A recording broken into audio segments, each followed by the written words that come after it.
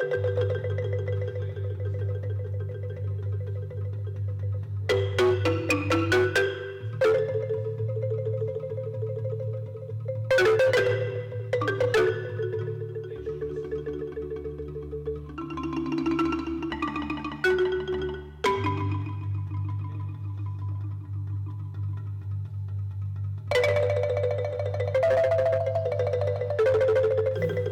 to today's RUC People, and I'm very pleased to be joined by Dr. Khegan Delport, who has been part of our congregation for quite a few years now. Was on our church council until recently as well. So welcome, Khegan. Thanks for joining us. Thanks, Russell. So Khegan, I understand you've recently made a move out to Wellington, and would you like to tell us a little bit about what you're doing now, and the whole situation out there, and your work? Yeah, thanks. Recently I moved out to Wellington beginning of last year, and I received a position in the School for Theology and Ministry at Khegan College, which is an old Christian-based college founded by Andrew Murray. And I'm part of I teach a program, the BTH program there. We've got a 3-year BTH program, which is done purely online. And so I assist with the lecturing and the uploading and the curriculum development. And that's what I have been doing over the past year or so, lecturing and researching for the modules and for the curriculum. So that's more or less what I've been doing for the past year or so. And how have you found it? Wellington is quite hot, so I've had to kind of adjust myself to that, and obviously different. Wellington is different to Cape Town is in terms of the culture and maybe some of the things that you would normally expect to have access to. It's a really beautiful part of the Western Cape, nestled between the Khegan Mountains and the Drakensberg region, and it really is a beautiful little part of the Western Cape if you can get over the heat during a couple of months of the year. And you stay on campus there? Not on campus. I live nearby, not on campus as such, but it's a bit like in the sense of Stellenbosch, where does the campus end? But I live nearby near the Khegan College, relatively close by. And how many students are at the college, and what kind of demographic is it? I would say, in terms of the school or the college offers degrees in social work and theology, and predominantly I would say it's social work kind of students, and that in terms of the exact numbers, but it's certainly more. It's difficult to give exact numbers, but probably hundreds upwards maybe for the social work, and for theology slightly less, like in the more several dozen. The theology students who are obviously all taught online. In terms of demographic, I would say quite mixed. Particularly social work, I would say mostly taken from so-called coloured kind of community, black communities. So I would say mostly that in terms of people, the demographic of people applying for courses in the social work department, the school for social, I think Reformation is the technical term, and then in the School of Theology there's also a mixture. I'm training mostly ministers who want to be what they call dienstleraars, or you could say equivalent might be something like lay ministers, but maybe on a slightly higher degree, particularly for the Dutch Reformed Church and the Uniting Reformed Church, or the family of Reformed churches. But there are mixtures, not just people from the Reformed churches. That's often that's the demographic we're dealing with, and that is quite mixed in terms of people who are applying to the BTH. And Khegan, teaching theology, is this sort of something you always wanted to do? As you went through school, was theology a passion for you to study, and did you anticipate making a career of it, or were you thinking about ministry? How did this sort of come to pass? Not quite.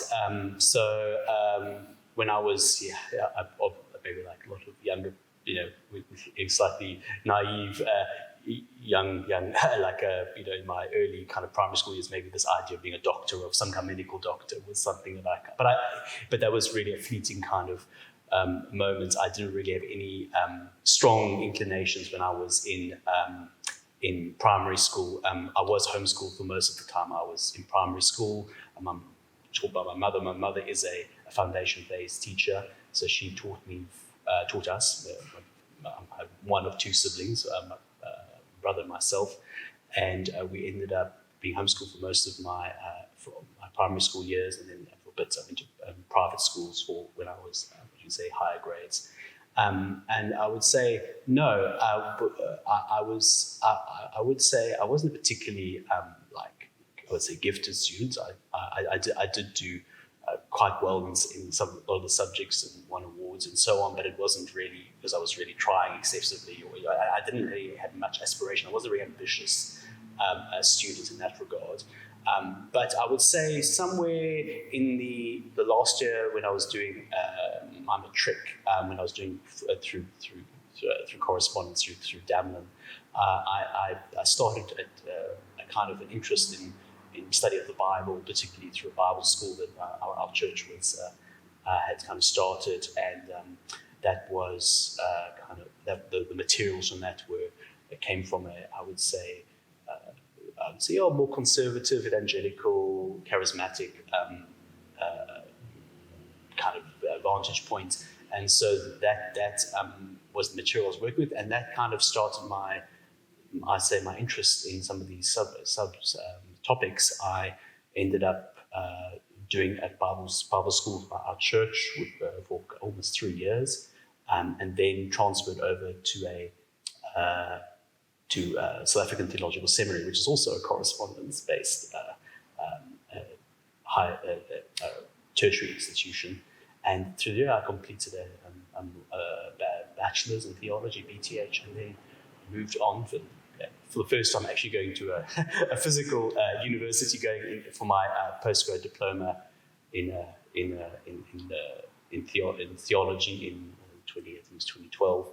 And then the rest, I suppose, is a bit of history after that with my further degrees, but the master's and PhD that followed from that. So to answer your question, I wouldn't say it was something I always wanted to do, but I think that the seeds were planted there because of my upbringing, my parents being, which I haven't mentioned yet, church ministers as well, Okay, well, take us back to the start. Like, where were you born, and tell us a little bit more about your parents. You said they're church ministers, and what kind of faith tradition were they ministers, and how was your childhood years? Yeah, so my childhood years were mostly spent in the Eastern Cape in Port Elizabeth,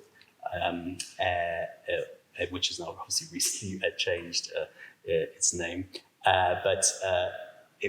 I grew up spent my formative years in Port Elizabeth, and my parents were both teachers, but then sort of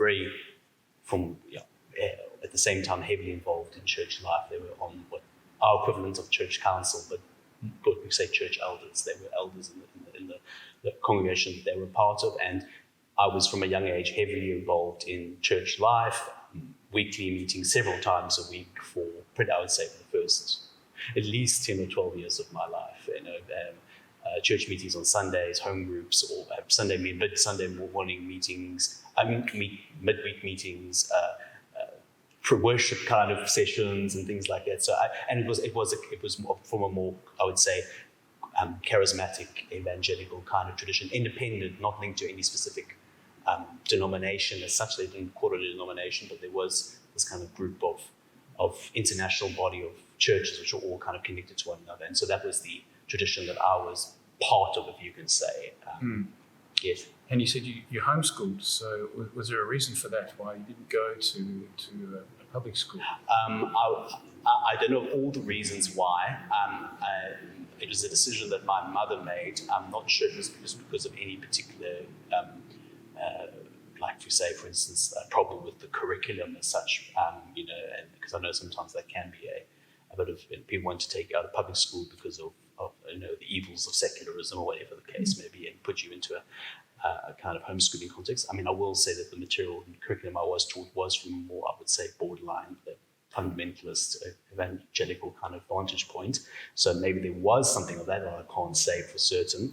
But whatever the case may be, I'm not entirely sure all the reasons. It might just be the fact that my mother wanted to have more hands-on, formative connection with us both as children, in those years, and had been very. I mean, she worked from home. She didn't have like a job where she went out.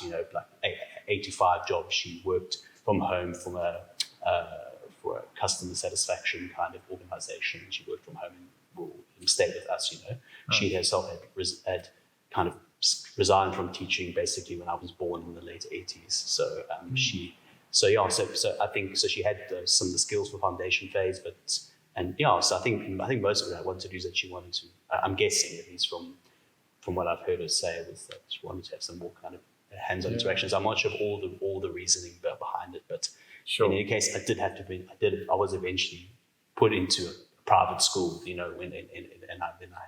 Did you do secondary school in the Eastern Cape, and when did you find your way to Cape Town? Found my way to Cape Town. Okay, first what I didn't mention is that between Port Elizabeth and Cape Town, I lived for 10 years in Mossel Bay. My parents led a church in Mossel Bay. Okay. And they went and they took over a church, or basically you would say planted a church, or took over a church in Mossel Bay, and I was there from the end of 99 till 2010.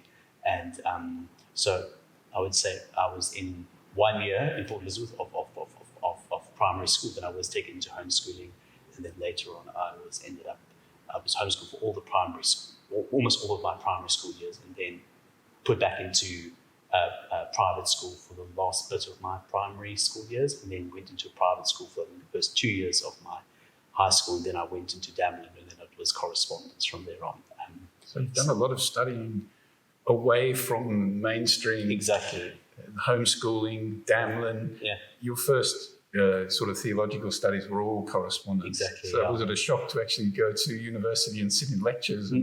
Well, not really, because I think by the time I got to the honours degree, the postgrad diploma and the masters, and by then already you almost not a lot of it is self-study anyway. You kind of are having to do research assignments or prepare for oral exams, and you're doing for masters, you're basically just doing it work by yourself. So really, I mean, I haven't had any traditional tertiary educational kind of experience of, sitting for 3 years in like lectures every single day. I mean, I missed all of that, worried about exams, end of the year. I just didn't really have that, never had that. So it's that traditional experience, I basically left with when I left high school, and so my rhythm was slightly different. My years went kind of a normal scholar, a normal student at a tertiary institution. So a lot has been self-study, let's put it that way. Okay. So when you went into your postgrad study, you said you did a master's and a PhD at Stellenbosch? Yes, I did, Stellenbosch. Did you have a sense of direction about what you wanted to focus on in your dissertations? I think many at RUC would know you did a lot of work with on the subject of Rowan Williams. Yes. How did that come about, and what was the particular focus there? Yeah, so I'd received some books. Rowan Williams, for those who don't know, Rowan Williams was the former Archbishop of Canterbury, but some might not know that he's also a rather prolific theological kind of thinker who's been writing since the 1970s. And I received a book when I was probably in my early 20s, when I was still living in Mossel Bay, and that kind of Rowan Williams, particularly some of his a collection of his theological essays, and one of his books on the resurrection.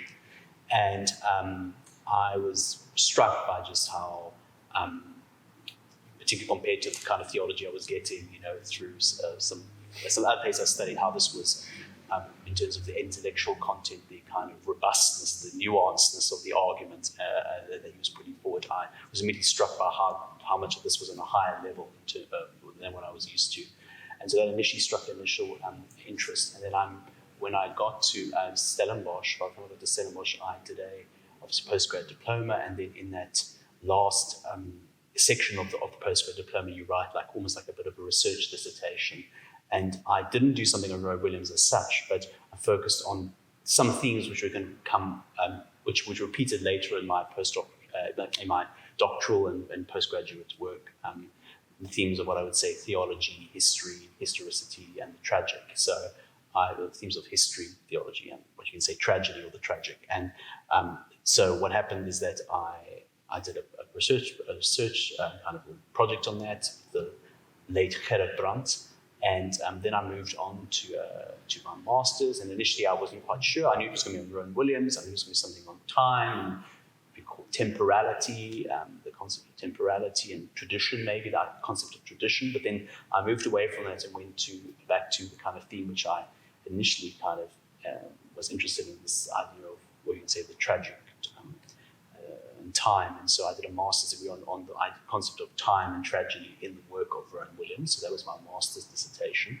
And then for the PhD, I basically almost in many ways, it was just a really thorough and much larger revision of the master's dissertation, taking it to a much bigger kind of a larger canvas, sitting into a situation with a much bigger argument, So that I wrote a dissertation on the theme of transcendence and tragedy, particularly in the work of Rowan Williams, but also his teacher at Cambridge, Dr. Khegan, and that was finished in 2019 and published as a book later by Khegan Publications end of last year. Okay. And where can we purchase a copy of that? I think you can get it through Amazon, or you can also get it through Loot, or on Kindle, maybe. I think it's also available on Kindle. There's a hardcover and a softcover version. I think Kindle, there was a special going not long ago, so it was rather inexpensive.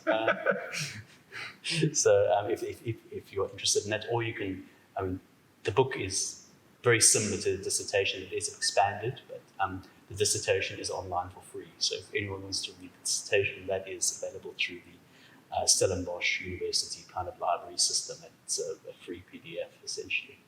Okay. So sort of the long academic path through theology, and then now you find yourself teaching. Yes.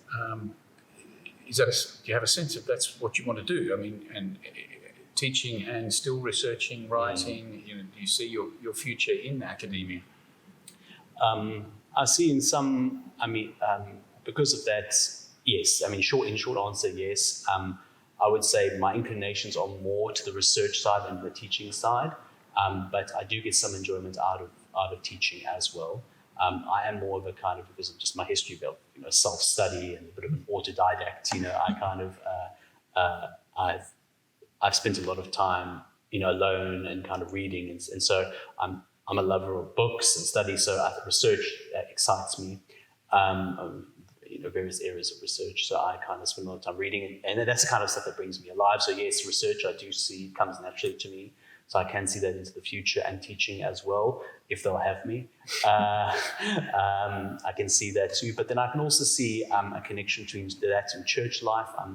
I don't see myself purely as a kind of university academic. I think because of my upbringing and because of my involvement I've had throughout my life, most Sundays going to church, or, being involved in some kind of either church ministry or church life in some way. I do try and see those connections, so it's not purely an area of academic study and learning the rigors of a discipline. It's also about how does this connect to the life of discipleship, life of worship, of the life of the church and the world, if you can call it that. So these are kind of, I think I think those connections need to be maintained.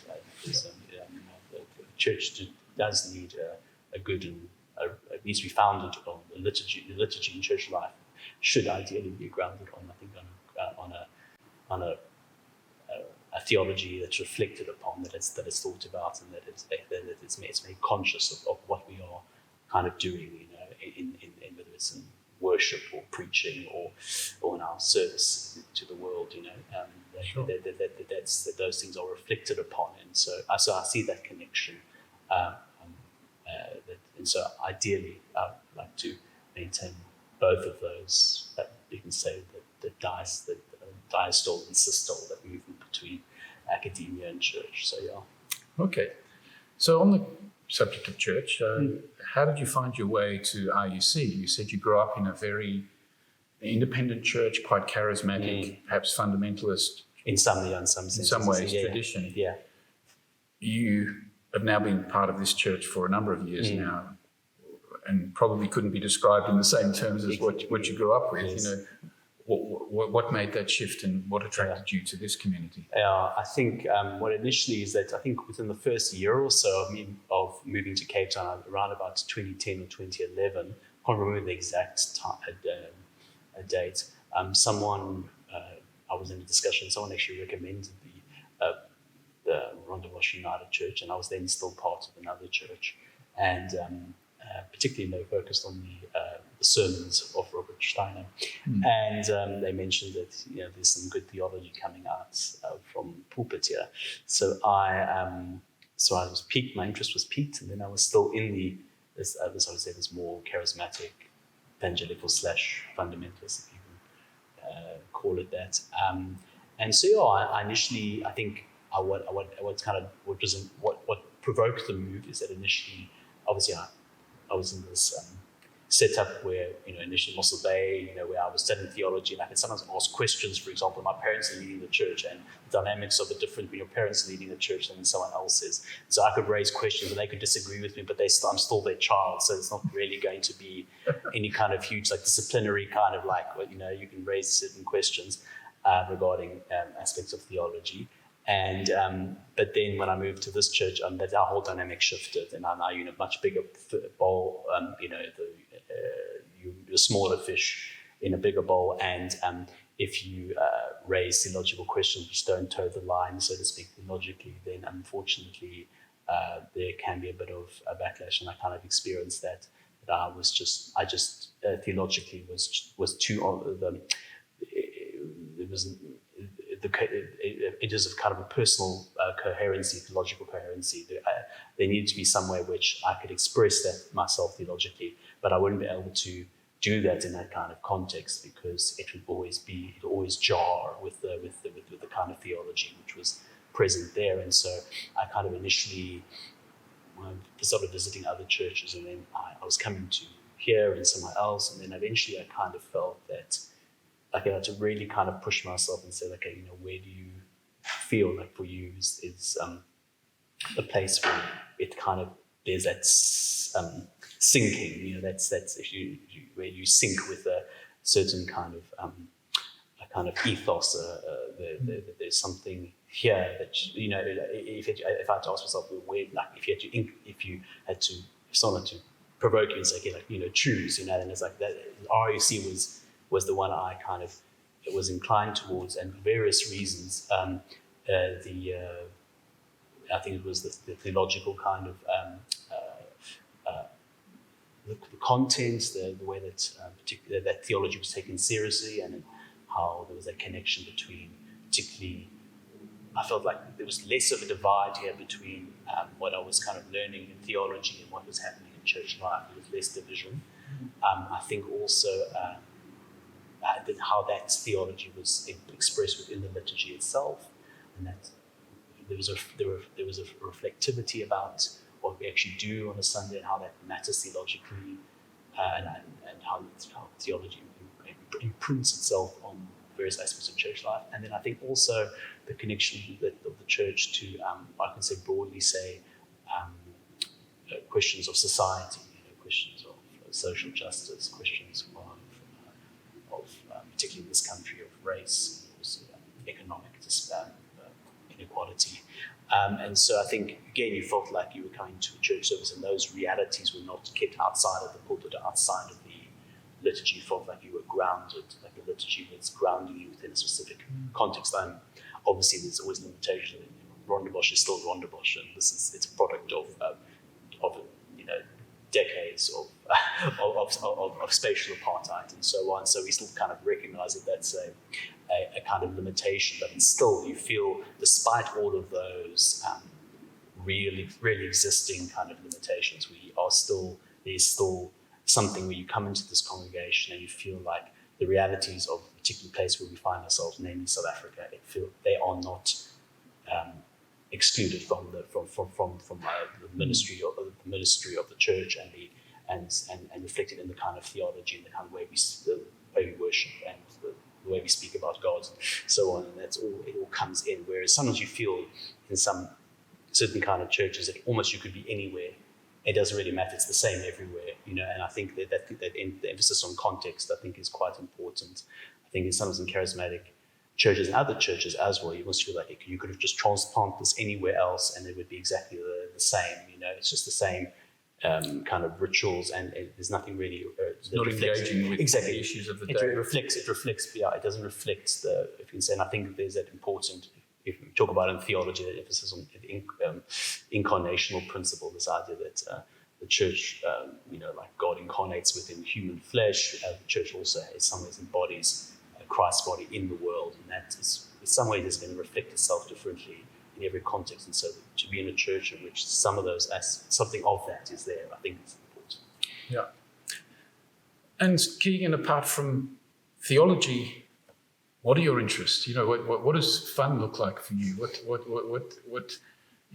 how do you like to enjoy yourself if you're not sitting reading about doctrinal theological matters? Well, I mean, I've got a rather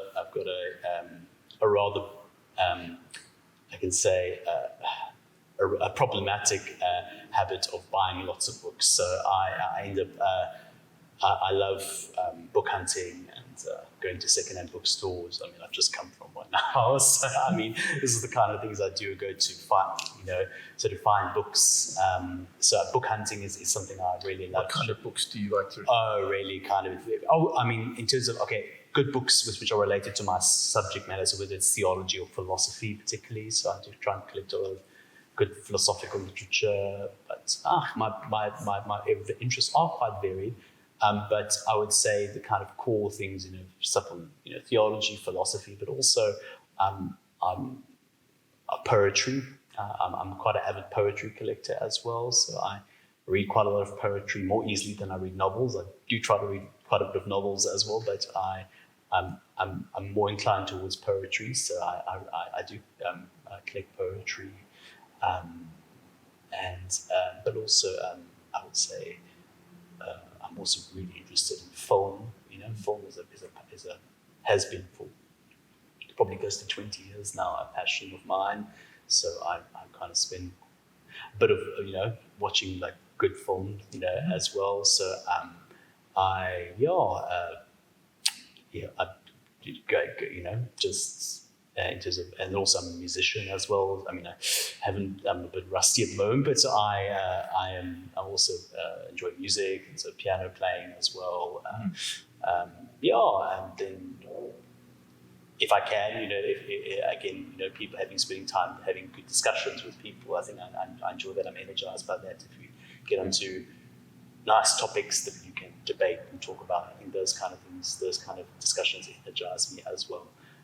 So it doesn't, not purely in an academic context, but also like around a fire or a good glass of local Chardonnay or something, But those are the kind of things I do like to do, in my spare time. Yeah.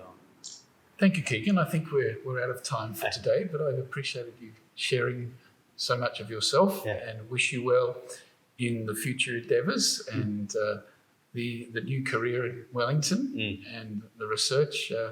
Do you have any sort of research things on the agenda now? What's next for you there? Yes. So, I mean, I'm currently busy on a project of mapping project mapping what we would call philosophical theology in South Africa. So mapping a bit of the traditions of that in South Africa, and it's proving quite intellectually grueling because there's not much literature on it. So I have to in some ways create the literature for it. So that's proving quite, in terms of daunting. And connected to that, I'm organising an online conference related to that in South Africa, philosophical theologies in South Africa, which will hopefully be happening at the end of March. So that is something I'm organising through Khegan College, but it will be happening purely online. And then, there are connected to that, there will be further research related to curriculum, but also I've recently got quite a bit into the study of a bit of patristics, which is basically a short term for the study of the early church and early church fathers. And I've particularly been focusing on one figure, a person by the name of Evagrius of Ponticus, and working with some of his ascetic writings and theology, and trying to see, first of all, what it has to say to us today. And so that has been some of the research I'm doing. And then hopefully, if I get around to it, is also to develop some of the tangents which I developed somewhat in my dissertation, my book, but I didn't really get enough time to flesh out enough. And maybe those are also avenues for further research. But as of yet, that's still a bit on the back burner. But so some of these other projects are still quite, at the front of my mind. But maybe when they are kind of behind me, I can move on to other things as well. Okay, thank you so much, Khegan. Yeah, pleasure. Thank you, Russell.